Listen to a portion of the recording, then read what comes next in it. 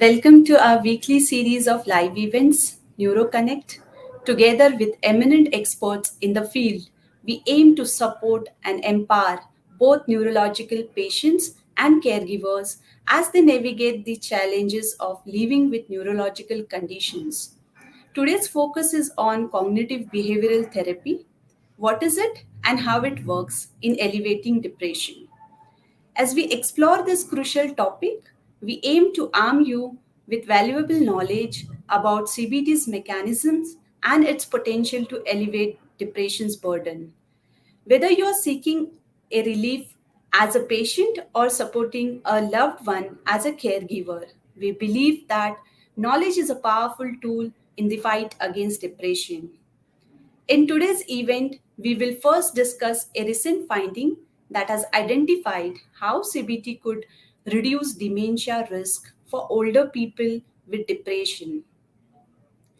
Then we will hear from our distinguished guest, Dr. Mithila Desai, on cognitive behavioral therapy and discover how CBT can be a powerful tool in the fight against depression. Before we begin the discussion, we encourage all the participants to share their questions with our expert in the comments section. We will be addressing these questions at the end of the session. Let's begin today's session with an in-depth look at a research study that is use of talking therapies to effectively treat depression in adults over the age of 65 may be clinically linked with slightly reduced rates of future dementia diagnosis.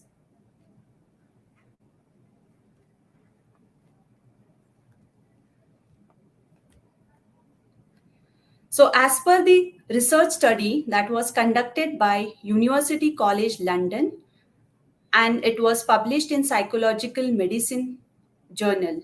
As per this study, the UCL researchers did an assessment to know whether psychological therapies like CBT, when used to treat depression, can play a role to reduce dementia risk. So, as per the previous studies that were conducted, had already shown that people with depression in later life are twice as likely to develop Alzheimer's and other forms of dementia. In this research study, the researchers examined data of around 1,19,000 people over the age of 65 who were clinically diagnosed with significant depression level and who underwent treatment through CBT, counseling, or guided self-help. These sessions were delivered either face-to-face, individually, or in groups, or these were online sessions.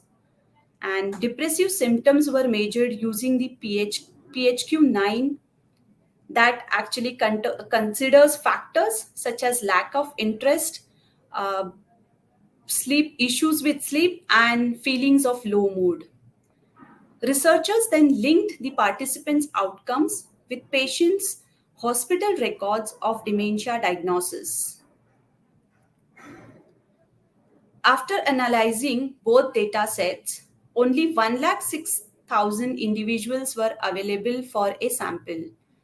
So, as per the data records shown, 101,000 actually did not develop dementia at 8 years compared to 4,600 who actually developed dementia.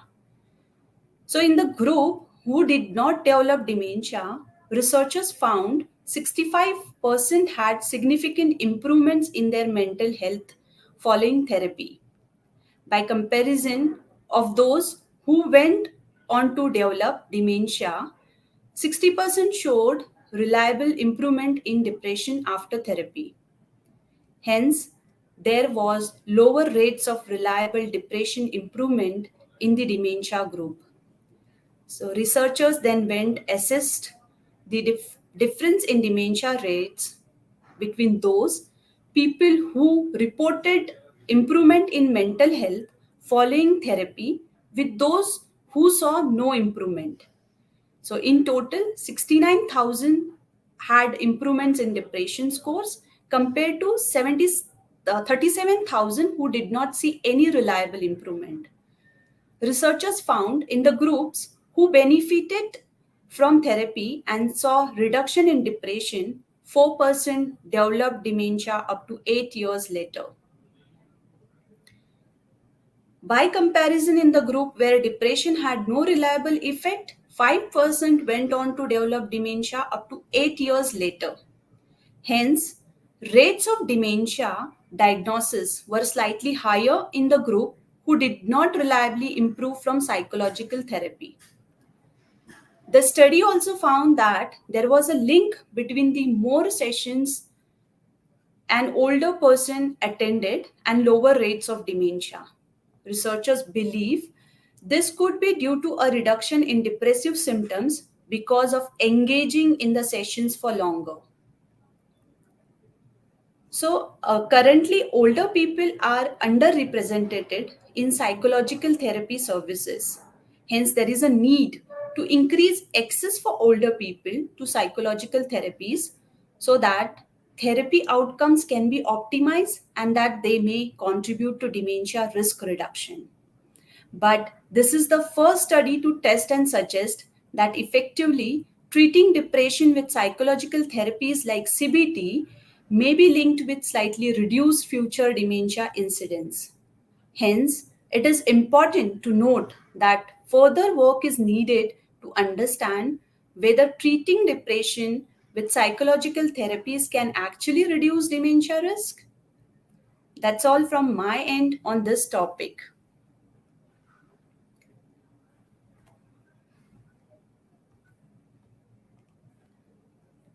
So, to drive this further and strengthen our understanding, we are privileged to have Dr. Mithila Desai with us today. Together, we will engage in an insightful discussion on cognitive behavior therapy, understanding its essence and its effectiveness in elevating depression. Dr. Mithila Desai is a distinguished clinical psychologist in Mumbai. She embarked on her journey in clinical psychology back in 1989. She has over 35 years of experience in areas of cognitive behavior therapy, emotional freedom technique, mindfulness, acceptance therapy, and awareness practices, all aimed at fostering emotional resilience, personal growth, and mental well being. Her exceptional skills have earned her recognition as one of the top 10 mental health specialists in Mumbai. Dr. Desai's initiative, The Mental Health, offers a wide array of psychotherapeutic services, including individual and couples therapy, counseling for adults and children, as well as specialized training for psychology, students, groups, and corporate organizations. Welcome, Dr. Desai. Thank you, Deepa. Thank Thank you you. for the kind words. That means a lot. Thank you. And Thank it will be my pleasure to share whatever knowledge I have about CBT. My pleasure. Sure. Thank you so much. So before we get started, just wanted to understand what cognitive behavior therapy is. So, cognitive behavioral therapy, as the name goes, cognition means our thoughts, and behavior is something that we choose to do or we choose not to do. Anything and everything that is chosen by us. For example, avoiding certain things or not speaking about certain things or sulking, every choice that we make is seen as a behavior. So, cognitive therapy, as in CBT, is a form of talk therapy, which is a treatment approach for understanding our negative thoughts and our unhelpful behavioral patterns.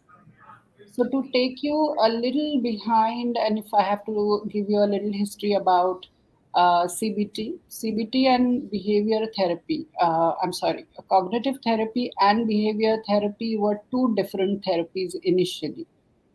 So, in the 90s, it was decided that these two therapies, so Dr. Beck and Dr. Albert Ellis, they combined their thought, and CBT came as their love child, which took the world with a storm of psychiatry and psychotherapy because of its simple and a very structured way to look at things, to look at our common thinking errors and behavioral patterns which bring us misery and depression.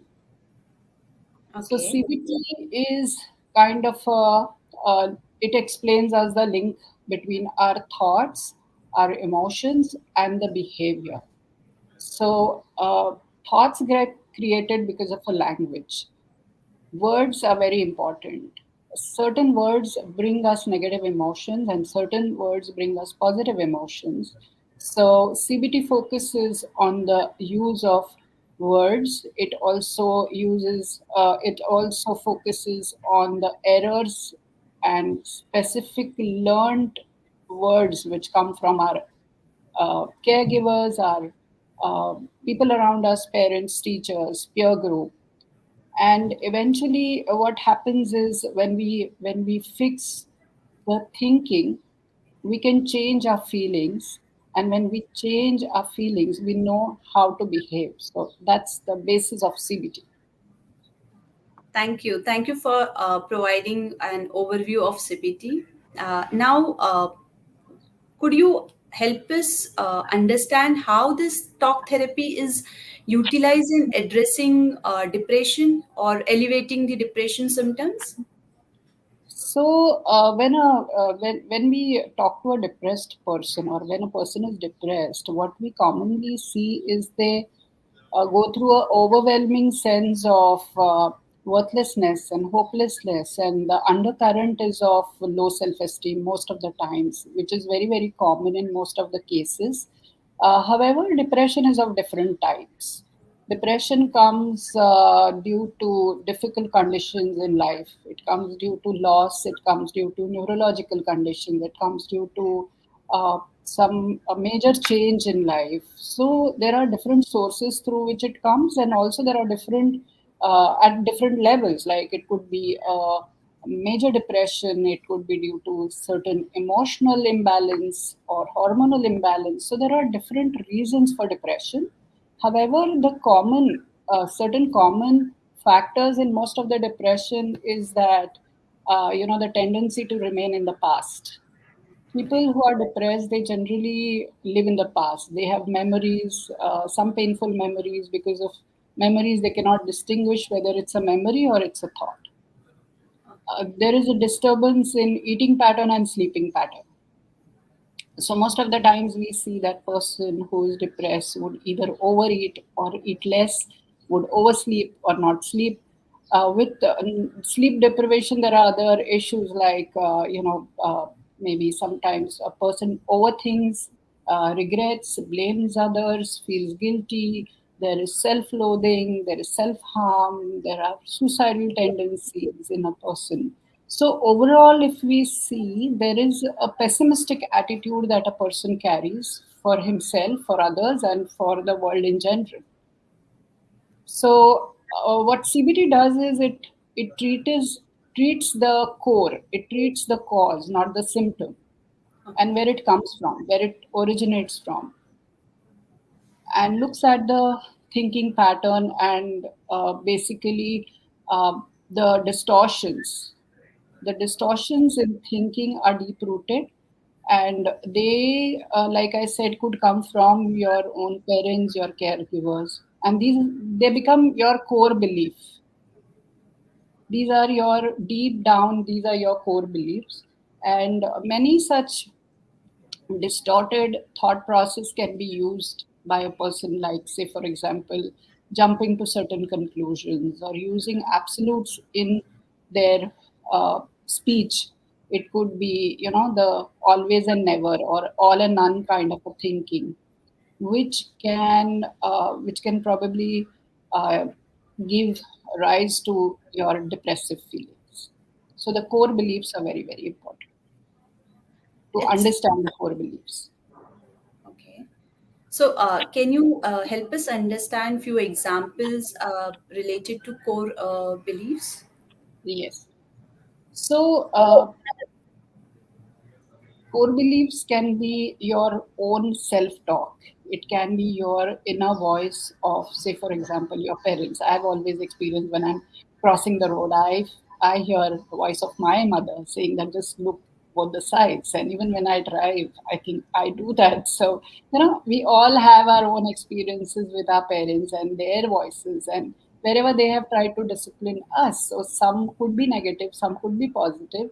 However, our how we have absorbed it at that particular point, how we have perceived that is carried throughout our life.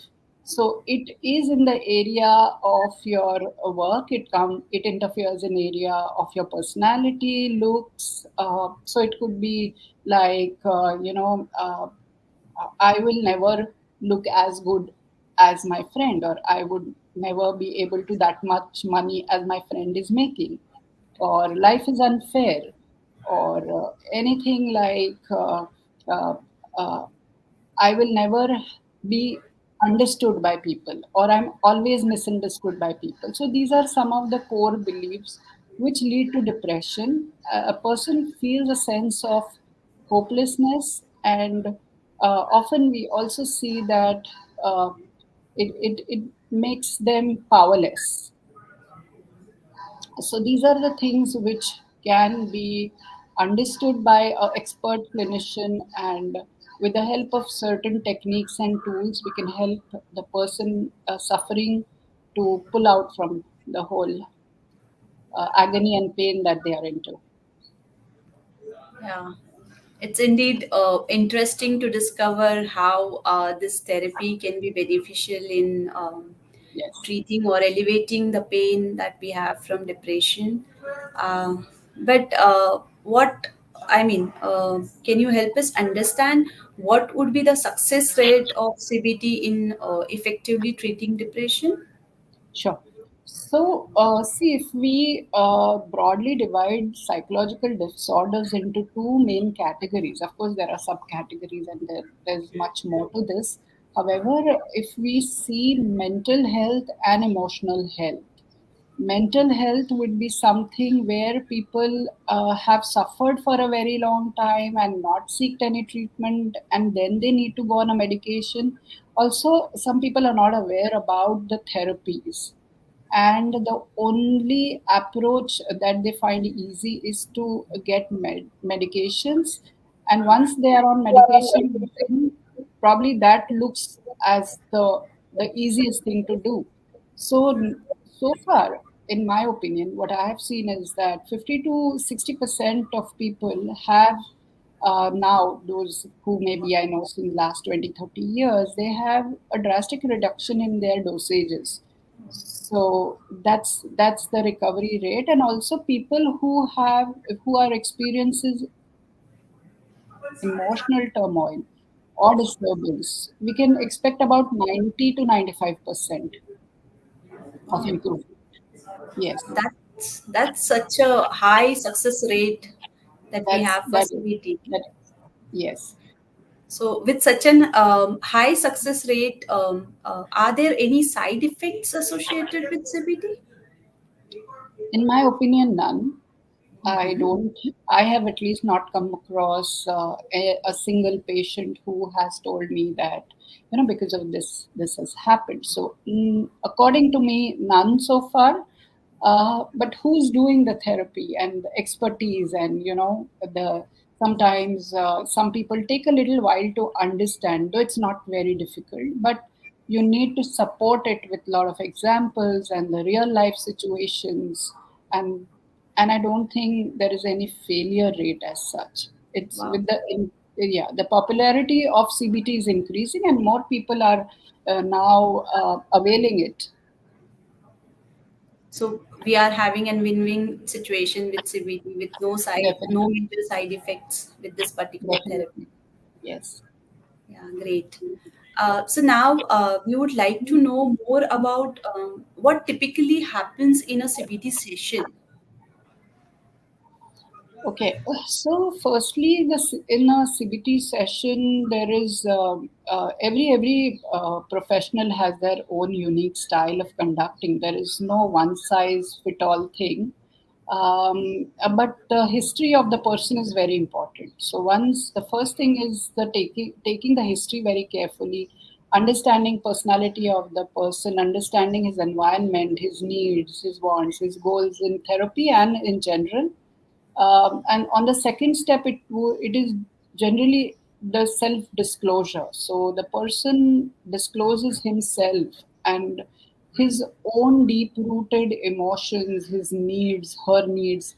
Because so many people, even when they are in some kind of addictions, they don't realize they are actually in depression, and they see that as a coping mechanism. So definitely, it has to be the activities that we choose to do during the sessions have to be goal oriented, and they have to have a focus on shifting the person's perception and giving the person tools and techniques.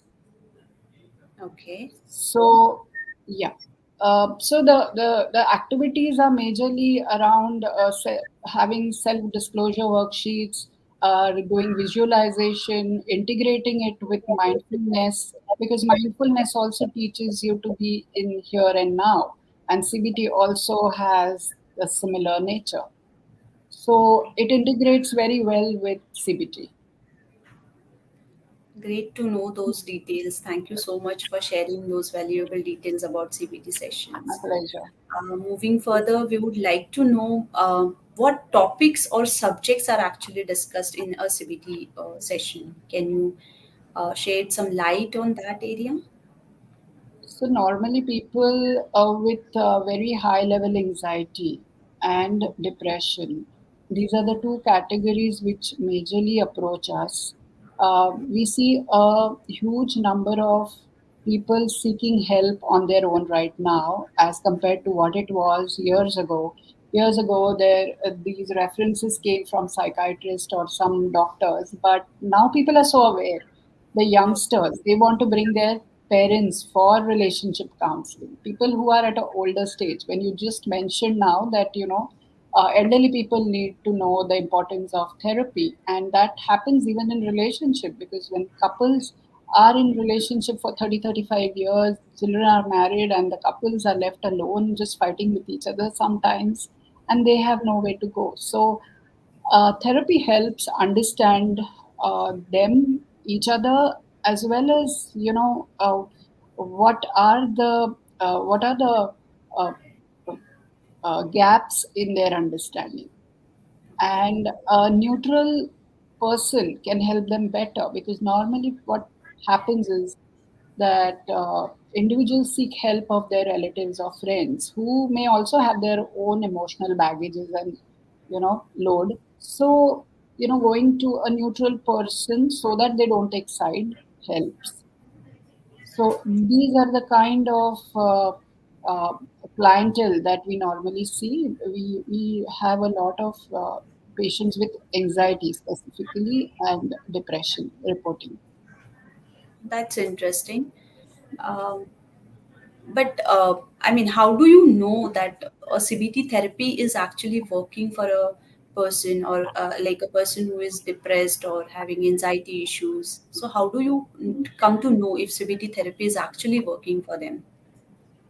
See, what happens is with great sense of pride, people come and tell us that, this is what I could never do. These were my challenges. These were my barriers, be it fear of water, be it fear of traveling, be it fear of failure, be it fear of rejection. And I think that's my award. So when people come and tell me that, yeah, this is what is working for me, these were my goals, and I've successfully accomplished those goals, and that's where we know it's working. And it happens in 3 to 4 sessions. I mean, a person doesn't even have to get through a lot of sessions. In about 3 to 4 sessions, they become so self-aware. Okay, great. That's great. But how do patients generally come to know about CBT? I mean, to know what factors actually influence their decisions, or why do you think they opt for this type of treatment? And so, as you mentioned, that Is it primarily through self awareness, or is it through word of mouth, or are there any specific healthcare providers who are actually recommending CBT for the patients? Yeah, so it's a combination of everything. First of all, people are well read and they know about CBT, and I mean, I think about 20% are the ones who would come on their own and would want to go through CBT. There would be about 30% who are recommended by doctors and clinicians, and they would recommend the patient when the patient is not maybe responding so much to medications, and the doctor knows that no more than medication, the patient needs therapy. So when the patient comes to us, we decide actually 50% of the times, then we decide with what would be appropriate for the patient, looking at the history, looking at the kind of life they have led Okay. and their Thank challenges. Yes. Okay. Thank you for sharing those valuable insights on CBT and its role in elevating depression. I hope everyone in the audience had found this session enlightening and informative. Now let's take questions from the audience. So the first question we have from the audience is, what is the usual frequency of CBT sessions? So once in a week is fine. You want to say something? Sorry. No, please go ahead. Yeah. So once in a week is the normal routine, once in a week. But however, some patients need more frequently. So, as far as I'm concerned, I generally pair it with a progressive relaxation exercise with the first session. So it makes two sessions in the first week and tapering it to once in 15 days. Okay. Is it Yeah. somewhere dependent on the severity of the depression or something like It does. It does. So that's why initially we need initial first two sessions. We need to keep the sessions a little closer that? so Okay. that the patient absorbs whatever we are trying to pass it on, and then Mhm. we could taper it off a little as a awareness and the self reflection is better. Okay. Thank you. Thank you for sharing those details. Moving on to the next question. The next question is, what is the usual duration of a CBT therapy session? So, a CBT session could be around 40 to 45 minutes, extending to 50 to 1 hour, depending again what is the need of the patient. Sometimes the people want to talk and vent out, and it can go to approx 1 hour, but 45 minutes to 50 minutes is the ideal. Okay. Okay. Next question. So, next question is an interesting one. Does CBT therapy work for everyone? Ah, okay. So the thing is, the you have to allow yourself to heal, Okay. and lesser the resistance, the better the therapy works. So you need to throw your guards, and you have to be accepting of things, because learning happens only when you are willing. So the key is willingness, I feel. Right. Very And the true. more willing the person is, the more benefit he gets. Very true. Thanks. That's wonderful to know about. Yeah. Now, let's address the last question from our audience. It is about the cost of CBT.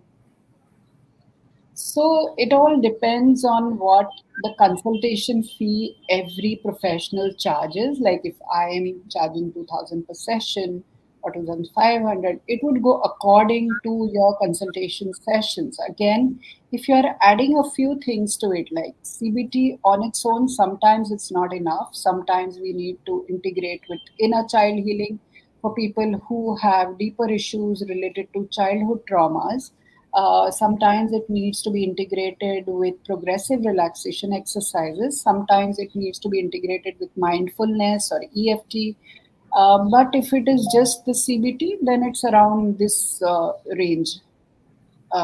For me, if you ask me, it's around, and also depends how many sessions, because then we need to prepare the worksheets for the clients, and that is done initially when we take the history, when we do the checklists, and we prepare the client's entire history papers, and after that then the treatment starts. So it's a very systematic approach.